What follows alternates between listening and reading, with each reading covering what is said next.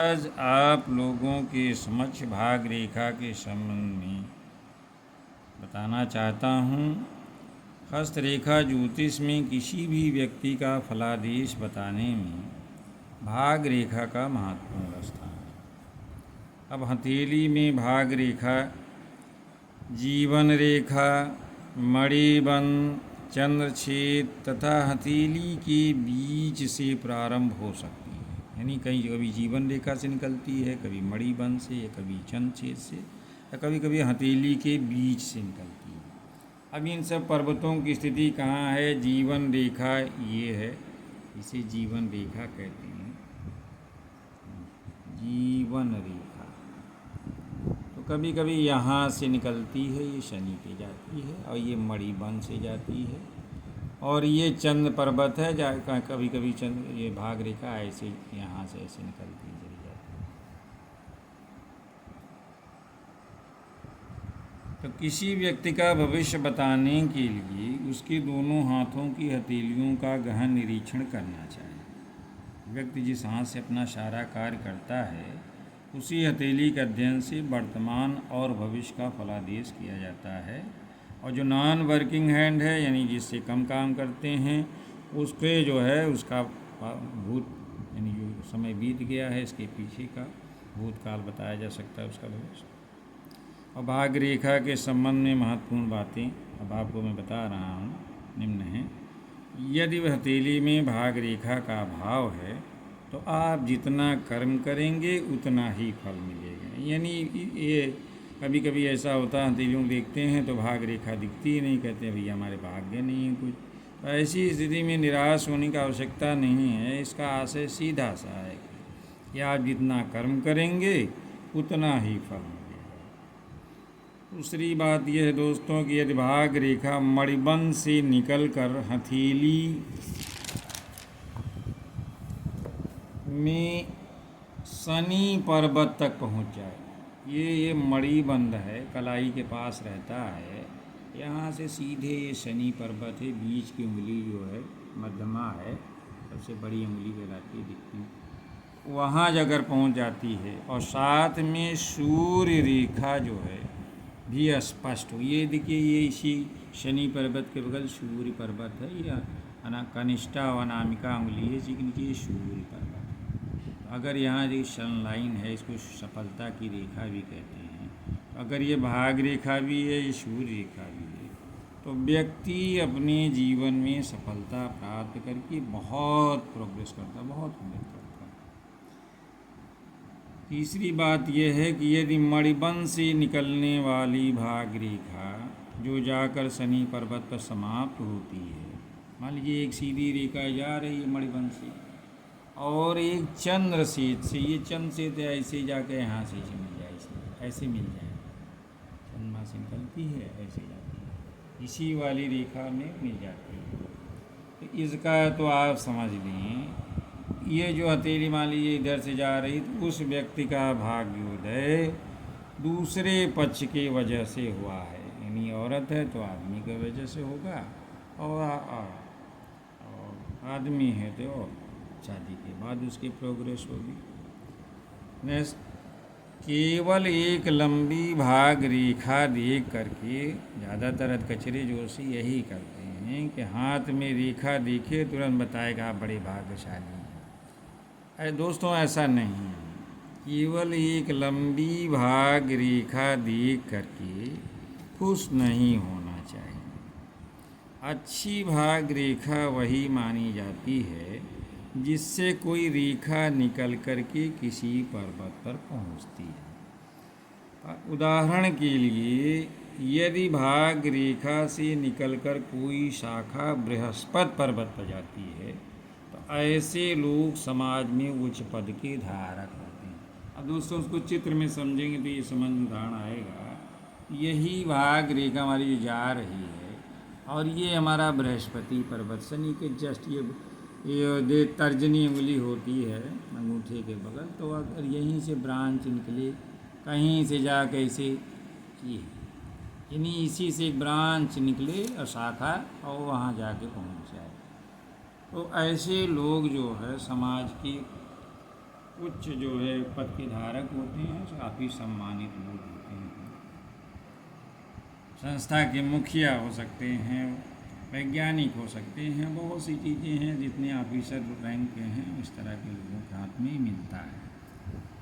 Next दोस्तों, यदि भाग रेखा से कोई शाखा निकलकर सूर्य पर्वत पे जा रही है, अब इसी का जस्ट अगर यहाँ से निकल के कोई शाखा ऐसे यहाँ जाए इस पर्वत पे, इसी भाग रेखा से, तो ये समझ लिए समाज के उससे भी ज़्यादा जो है प्रतिष्ठित पदों पे, करोड़पति अरबपति, या राजनीति के क्षेत्र में, शिक्षा के क्षेत्र में, साइंस के क्षेत्र में, ये सब बड़े बड़े पदधारक होते हैं, बड़े नामी लोग होते हैं, तो उनका नाम भी समाज में होता है, इसीलिए उनको सामाजिक प्रतिष्ठा भी मिलती है।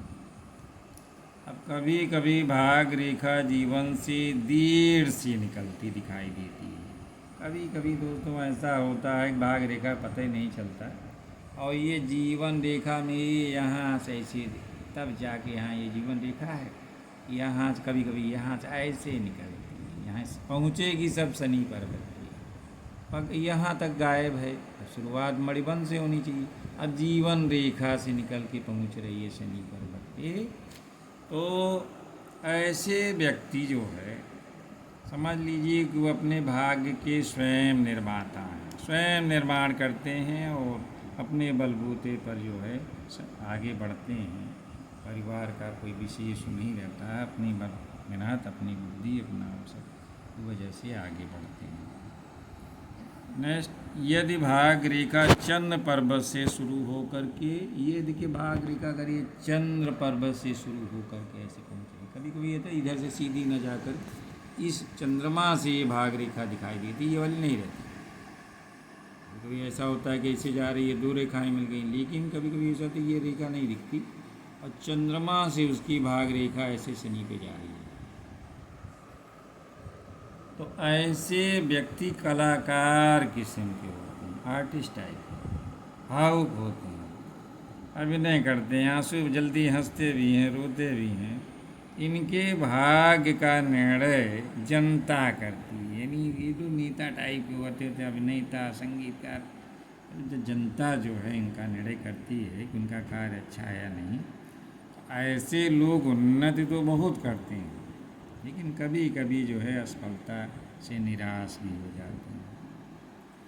दोस्तों, भाग रेखा के संबंध में अगली बात ये है कि जब भाग रेखा हथेली की मध्य से निकल करके आगे बढ़ती है, तो समझ लें कि उसका शुरुआती जीवन उतना सुखमय नहीं रहा जितना अन्य लोगों का होता है। अब देखिए, कभी कभी क्या है, भाग रेखा का कहीं पता ही नहीं चलता कि यहाँ बहुत देर से ये केतु का पर्वत है, ये राहु का स्थान होता है, राहु पर्वत है, ये गहरा होता है तब भी असफलता हाथ लगती है। तो यहाँ से निकलती है भाग रेखा, यानी देर से होता है। तो ऐसे लोगों का उदय काफ़ी मध्य आय के बाद होता है। अब दोस्तों, जो कर्मवादी हैं, भाग्य और कर्म का बड़ा विवाद रहा है। जिनको स्वतः सफलता मिल जाती है तो भाग्य को नहीं मानते। अब बेचारे वही लोग जो असफलता का सामना करने हैं तो वही ईश्वर को मानने लगते हैं, भाग्य को मानने लगते हैं, जबकि ऐसा नहीं है। भाग्य और कर्मों के मेल से ही व्यक्ति का जीवन चलता है, ऐसा मेरा मानना है। अब जो कर्मवादी लोग कहते हैं कि भाई, और मैं भी उनकी बातों का समर्थन करता हूँ, लोगों की बातों का आदर करना चाहिए कि कर्म करो तो कुछ भी असंभव नहीं है, नथिंग इज इम्पॉसिबल। तो सही बात है कि अगर आप कर्म करते हैं, लेकिन ऐसी भी बात नहीं है। कर्म तो जैसे मान लीजिए एक रिक्शा वाला है, दिन भर, या मज़दूर है, दिन भर में 300-500 कमाता है। वह आप उच्च वर्ग के हैं तो आप 2000, 10,000, 20,000 दिन भर में कमा लेते हैं।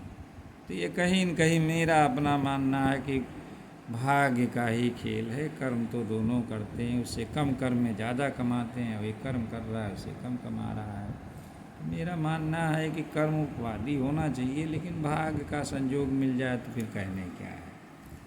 किंतु भाग्य का भी अपना महत्व है दोस्तों। यदि भाग्य रेखा टुकड़ों में बढ़ जाती है, अर्थात भाग रेखा मणिबंध से चल कर के मस्तिष्क रेखा के नीचे रह जाती है। तो कभी कभी होता है कि ये भाग रेखा ऐसे गई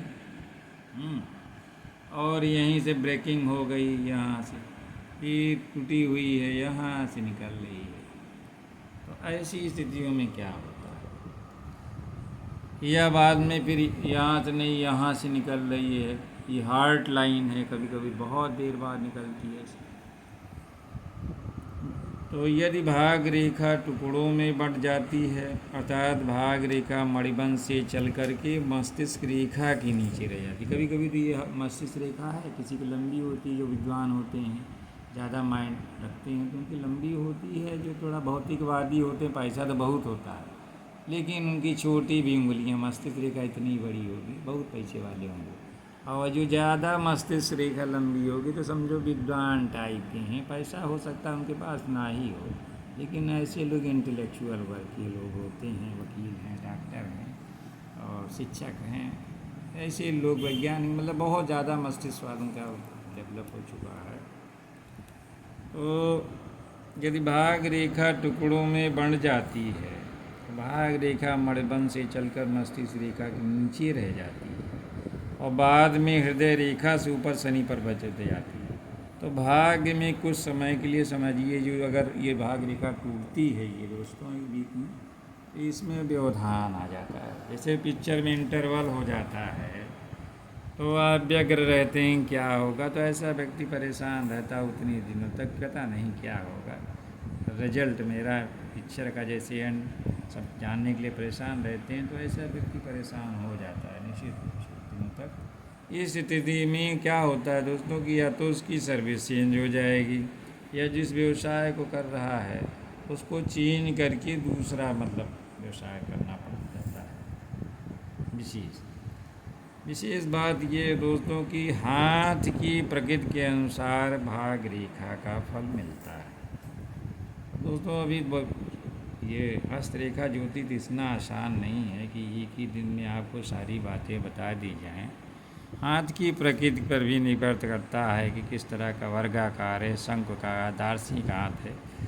और मेन होता है कि इसके लिए हमको ये जो पर्वत होते हैं, ये बृहस्पति का पर्वत, ये शनि का पर्वत, ये सूर्य पर्वत, ये बुध का पर्वत और ये चंद्र का पर्वत, ये दोस्तों ये अंगूठे के नीचे शुक्र पर्वत, इन सब का सम्मिलित रूप से देखना पड़ता है कि अगर सामान्य रूप से उभरे हुए हैं या अत्यधिक उभरे हुए हैं तो समझिए आपकी सफलताएं निश्चित हैं। मान लीजिए भाग रेखा नहीं भी है और ये सब आपकी उच्च कोट के हैं, हाथ में लालिमा है, गुलाबी है, तो फिर आपका जो है सब मंगलमय ही है, कल्याणी होगा और भौतिक रूप से आप सफल होंगे।